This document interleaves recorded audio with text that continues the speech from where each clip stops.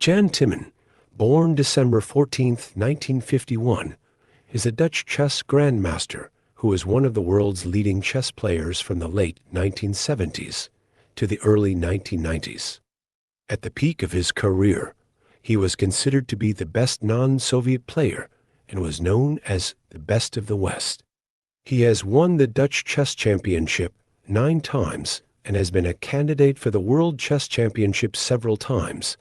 He lost the title match of the 1993 FIDE World Championship against Anatoly Karpov. Judit Polgar, born July 23, 1976, is a Hungarian chess grandmaster, widely regarded as the strongest female chess player of all time. In 1991, Polgar achieved the title of grandmaster at the age of 15 years, at the time the youngest to have done so, breaking the record previously held by former world champion Bobby Fischer. Polgar is the only woman to have been a serious candidate for the World Chess Championship, in which she participated in 2005. She is also the only woman to have surpassed 2,700 elo, reaching a peak world ranking 8th in 2004 and peak rating of 2,735 in 2005. Jan Timman as white versus Judit Polgar as black. Sigeman and Co. 2000, Malmo, Sweden. A great game. Sacrifices, attacking moves, pin, surprise moves, and an interesting endgame. Many decades ago, virtually all games started with 1e4 or 1d4. Today, most games still start with one of these two moves, but the contemporary attitude to opening play is more flexible and open-minded. The advantage of one knight f3 is its flexibility. White retains various options and waits to see Black's reply before deciding the type of structure to adopt.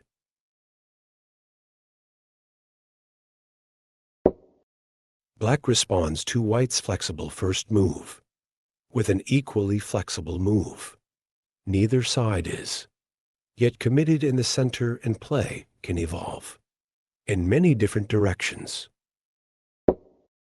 White starts to stake out a claim in the center. Black's aim is to develop her light squared bishop to the long diagonal, thereby avoiding the problem of this bishop being shut in behind some pawns, as often occurs when Black plays e6 and d5. The bishop will be quite well placed on b7, not only occupying a useful diagonal, but also exerting control over e4, and thus preventing White from forming a two-abreast pawn center on d4 and e4. White expands in the center. If he can play e4 as well, then he will have the advantage. But in view of Black's control of e4, this is unlikely to be possible.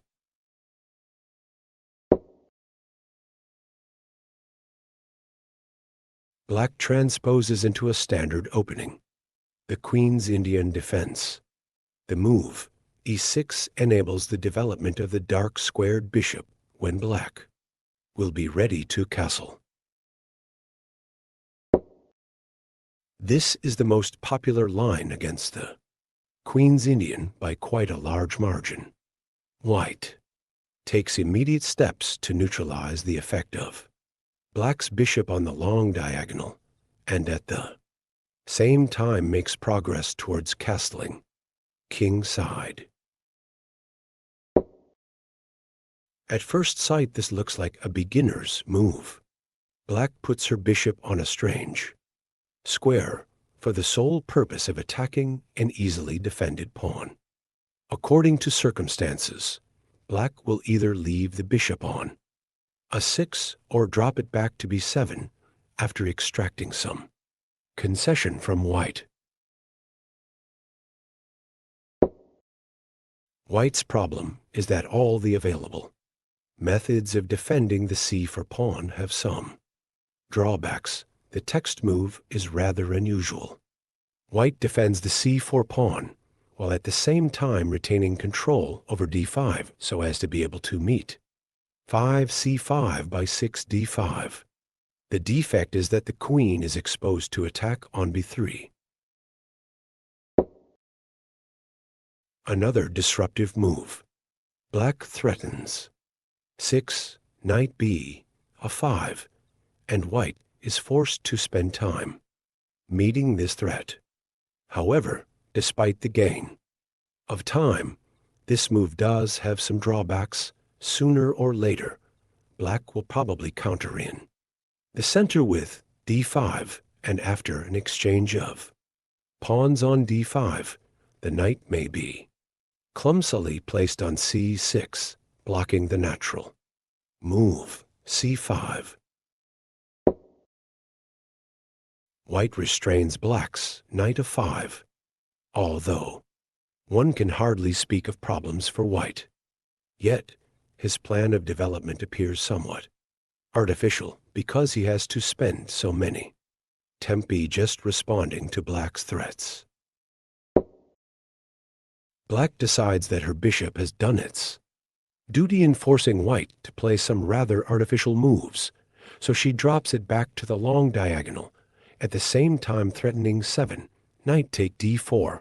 This is only the first of many threats to arise along the long light square diagonal.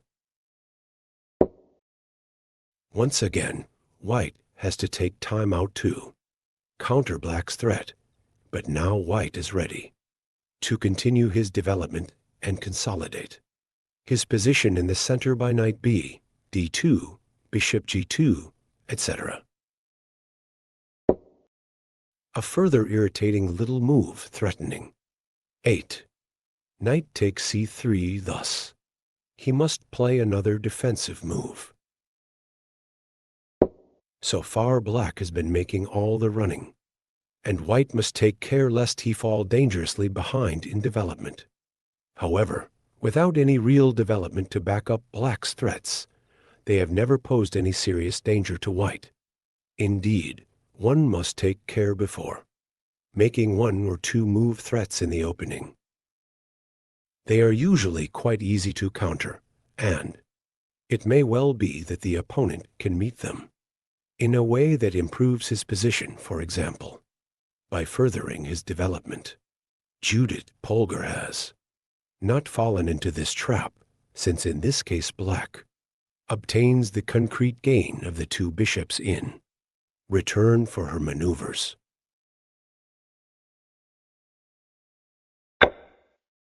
Black cannot afford to wait because white was threatening to push forward in the center by d5.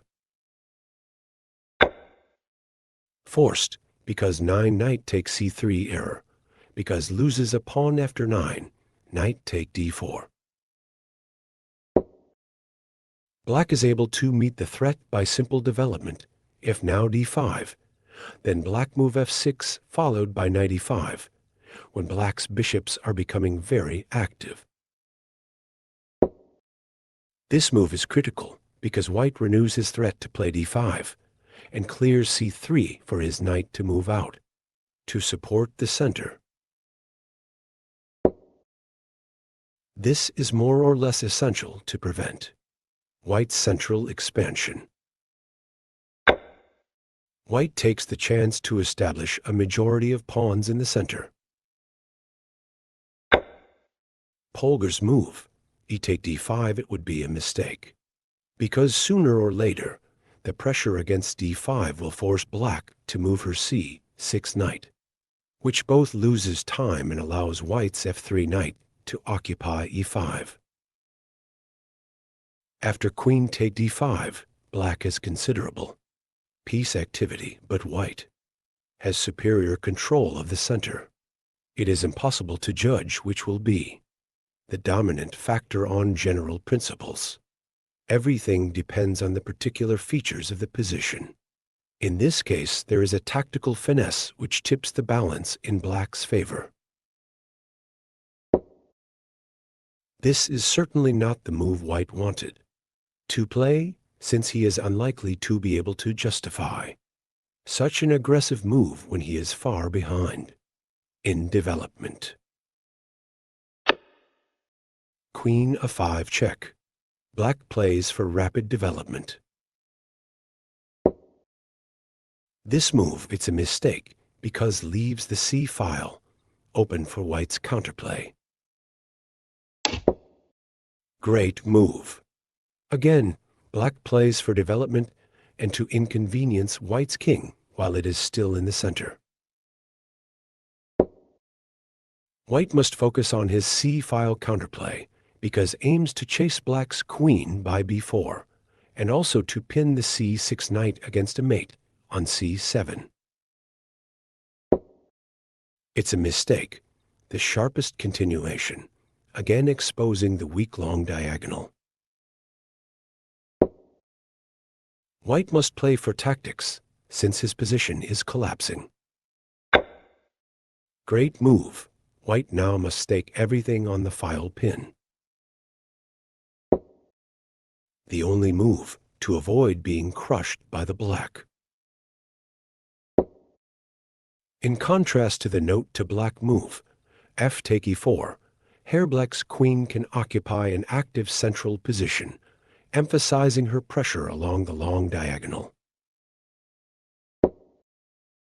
The critical line. White simply plays to win the pin knight. It's a mistake. Bishop c4 its best, the critical line. White simply plays to win the pin knight. This sharp continuation should favor black. The only move, since d2 and h1 were both attacked. It's best and stronger, the immediate rook h2 f8.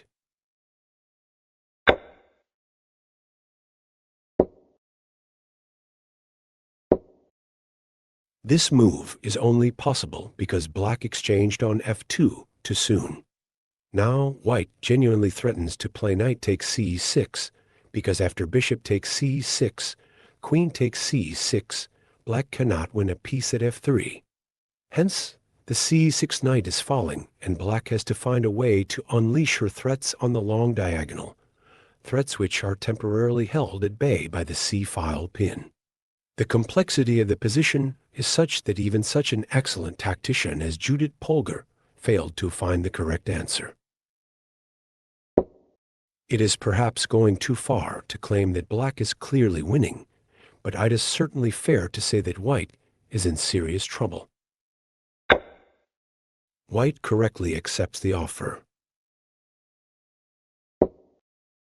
A remarkably calm move, covering the mate on c7 and defending the bishop on e7. At first sight, it seems as if white should have little trouble defending, since there is no obvious way to remove the blockading knight on c6. However, white's task is harder than it looks. Although white retains the advantage after this move, it is not the best. Knight take a 7 check is probably the strongest move. White will check on a 7 and c6, and if the king returns to c8, white continues as in the game, but with a useful extra pawn. Timman was probably worried that the king would flee to a8, but there it is exposed to new threats along the file. This startling move is the point behind black's play. She wants to remove the blockade on c6 and conquer the long diagonal after all. The best reply, forcing the exchange of black's dangerous light squared bishop.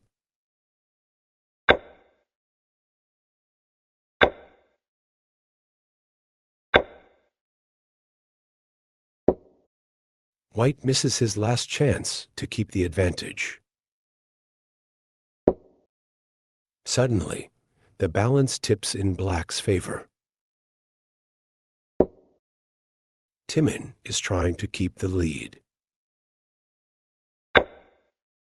After this move, black has a clear endgame advantage, although by accurate defense white can retain some drawing chances.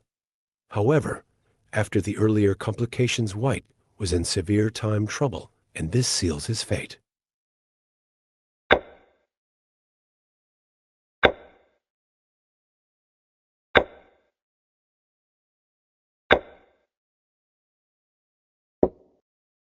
It looks obvious to go for the g for pawn, but the rook ends up offside.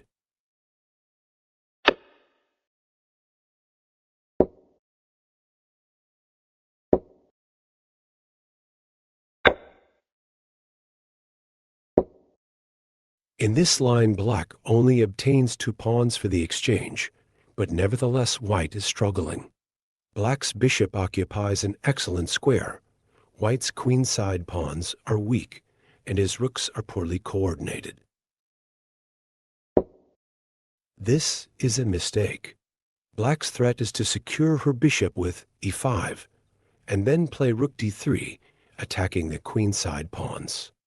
Therefore, White's rook belongs on the 3rd rank, a fact which he belatedly recognizes next move. Now Black threatens, rook d3. The loss of a tempo is important since Black can now push her passed pawn to the 6th rank.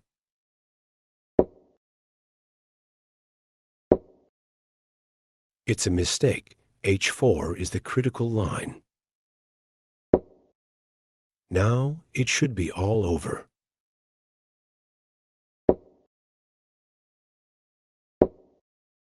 This mistake by Black could have had serious consequences.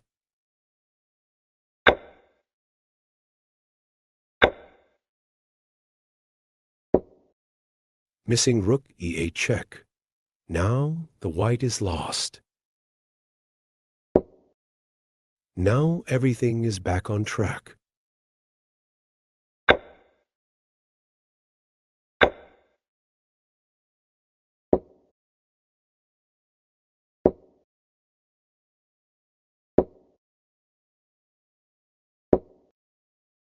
Despite its inaccuracies, this was a fascinating struggle in all its phases and a good illustration of the attacking possibilities offered by a weakened Fianchetto position.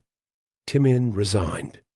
The lessons here are: 1. A Fianchetto position may be a serious weakness if the bishop is missing. 2. A bishop and queen lined up on a long diagonal is a formidable attacking force. 3. It is important not to get carried away when attacking. A simple but strong continuation may be more effective than a spectacular but unclear sacrifice. For time trouble leads to mistakes, avoid it. Thank you for watching the video. Please like, share, and subscribe.